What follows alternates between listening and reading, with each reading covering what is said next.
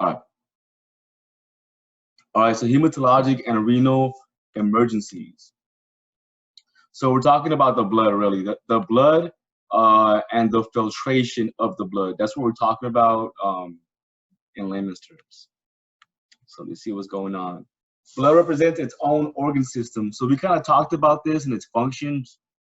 Who here remembers what four components is the blood made out of? Anybody? Who can recall that? Even if you want to guess. Red blood cells, plasma, platelets, white blood cells? Or? You said, say it again, I'm sorry, what was that? You're right. What was it? It was me, Michaela.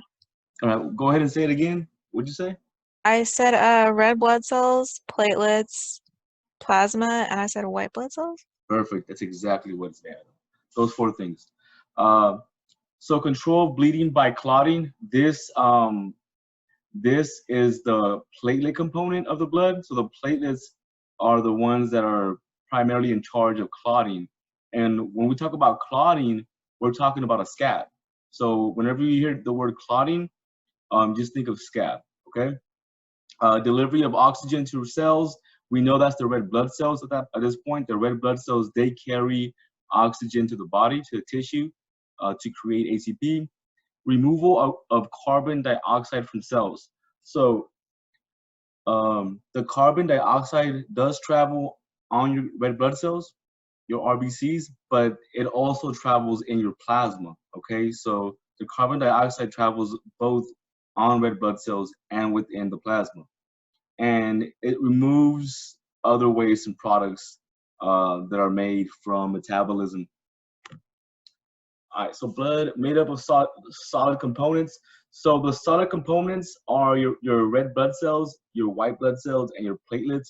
And these three are just suspended in the plasma. So the plasma is the actual fluid, and everything else is suspended. It gets its red color from the red blood cells. Medications can affect some components of the blood. Okay, so blood clotting, let's see. So we talked about this. So when we talk about clotting, like I said, we're talking about the platelets in particular. There are these things called clotting factors, and they're right here. So clotting factors, they also have to do with clotting, with scabbing. But it all starts with the platelets. So the platelets will initially, just to keep it simple, will patch up wherever the injury is at. Will start to accumulate in the injury site, and the platelets will then trigger the clotting factors. The clotting, and it's called the clotting cascade. So the clotting cascade is both the platelets and the clotting factors working together to make the scab, okay? Clotting factors are a group of proteins produced in the liver and released into the bloodstream. Once activated, clotting factors form clots from clotting cascade, like I said. So the clotting cascade, this right here, this is just, it just means that clotting factors and platelets are working together to make a scab, okay? All right. So abnormal clotting of, okay, let's see. We're talking about, we went from blood clotting to coagulopathies. I can barely say that word. But all this means, when you see this word right here, it means that there's an issue with the platelets and the clotting factors. Somewhere in those steps, it's a scab takes a few steps for clots to actually form, right? But if you have a coagulopathy problem, that means that somewhere in those steps, there's an issue. So either the patient is clotting too fast or clotting too slow. So if your patient is clotting too fast, blood clots can start to form, and those blood clots can become embolisms, emboli. And emboli, they obstruct the passage of the veins, right? So if you have a blood clot that travels through a coronary artery, it gets stuck, that's because you were possibly clotting too fast. So, hold up, I think I have somebody else that just joined. Okay. So like I was saying, Coagulopathy just means that your patient is the platelets and the clotting factors are either forming a clot too fast or too slow. So if the clots are being formed too fast, clumps of blood can start to form and cause obstructions in the vessels. If your patient is not clotting fast enough, if they're injured, they have a higher potential of bleeding out because of that. So that's the. Let's see, anybody else join? Nope. Nope. All right.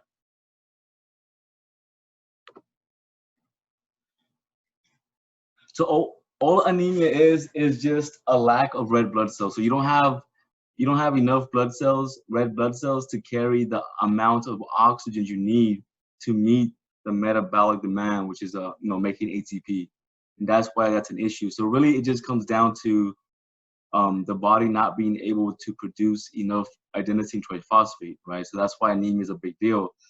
The less red blood cells we have, the less oxygen we can carry to the tissues, and that's why that's an issue. Acute anemia just means that you lost red blood cells pretty fast. That could happen from if you're bleeding out from a cut, from actual trauma. Chronic anemia, and these are the reasons for chronic anemia.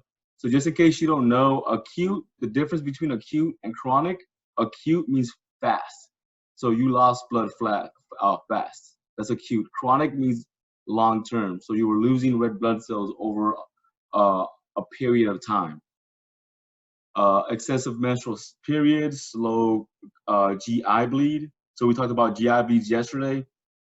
And then any diseases affecting bone marrow, because the red blood cells are actually produced in the bone marrow. Let's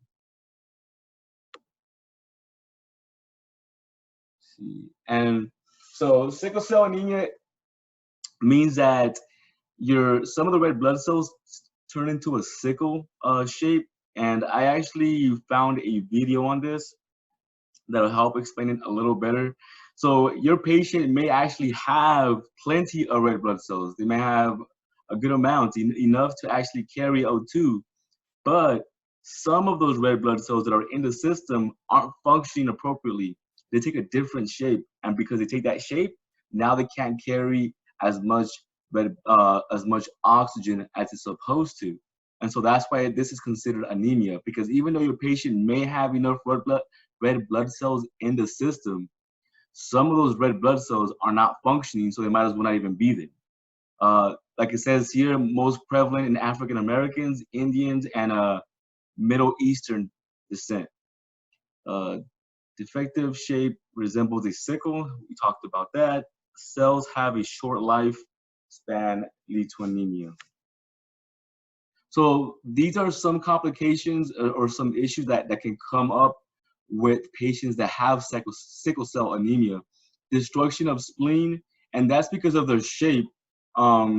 Their shape actually causes damage to organs in the system.